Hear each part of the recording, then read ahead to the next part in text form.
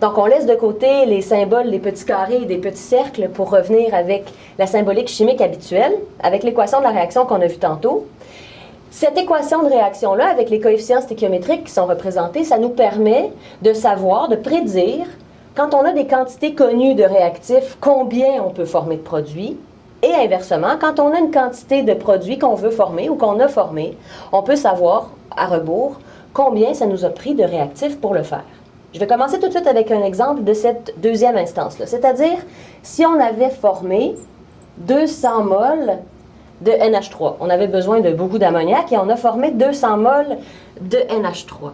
Combien on a eu besoin d'hydrogène et d'azote pour le former? Mais là, il faut simplement regarder avec les coefficients stéchiométriques.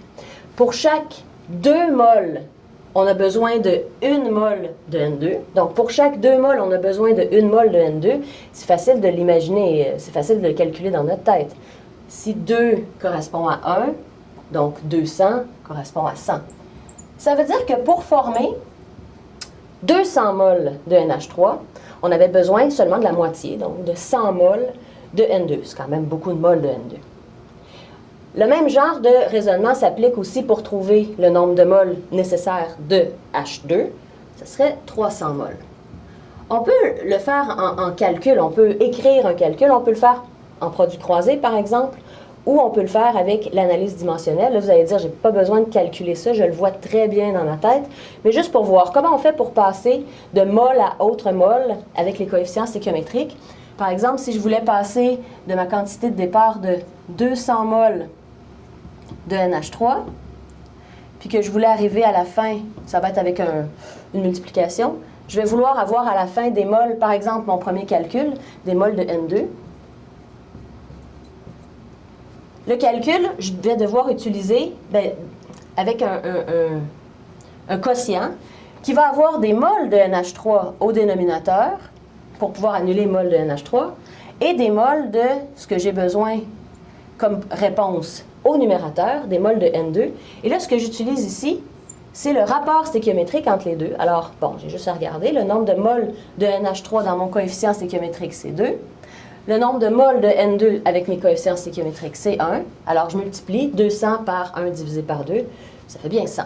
Donc, l'analyse dimensionnelle ici nous permet de trouver ce genre de réponse-là quand le calcul est peut-être moins évident qu'ici, c'était très facile. De la même façon, on pourrait commencer avec des nombres de moles de réactifs pour trouver combien ça nous donne de moles de produits. Donc, dans une autre situation, si on avait par exemple 5 moles de N2 et qu'on avait 15 moles de H2, on peut se demander combien ça nous donne de moles de NH3. J'utilise le même type de calcul, mais cette fois-ci, ce que je cherche, c'est le nombre de moles de NH3, alors je le mets au numérateur.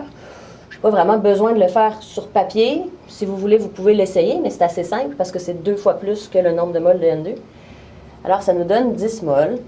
Et ça, c'est... Pour l'instant, on est dans des situations très simples parce que, à ce que vous pouvez constater, on est toujours dans des proportions stéchiométriques.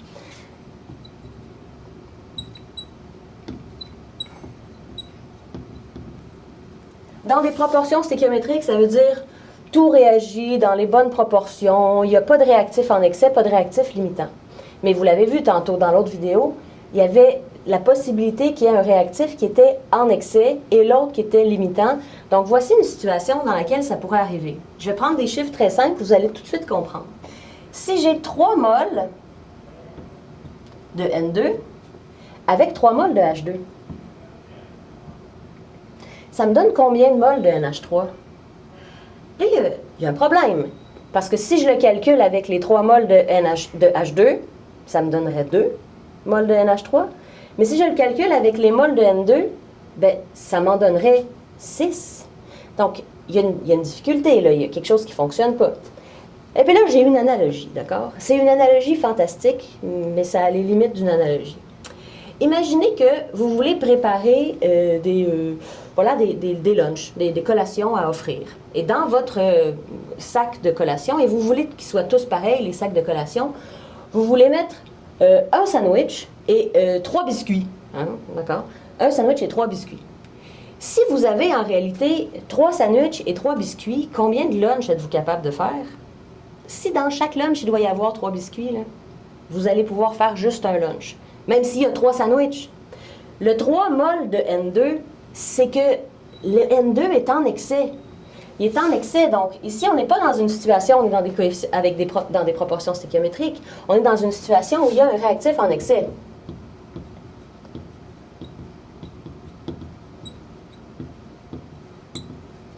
Puis là, comme c'est des chiffres qui sont très simples, on voit tout de suite que c'est celui-ci qui est en excès.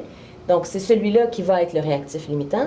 Et c'est lui qui nous permet de déterminer combien on va en réalité former de produits. On ne va pas former le nombre de produits qu'on aurait pu avec 3 mols de N2.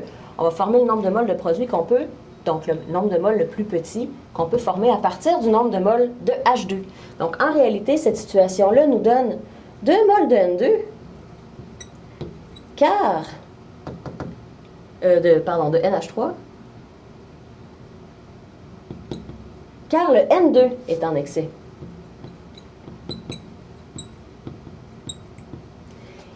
Et les situations où il y aura un réactif en excès, ça sera la majorité des réactions. On sera la plupart du temps pas du tout dans des situations où les proportions vont être stéchiométriques, ni dans les problèmes sur lesquels on va travailler en classe, ni même dans les laboratoires en chimie. En réalité, on est toujours dans une situation où il y a un réactif en excès. Donc, il faut y penser.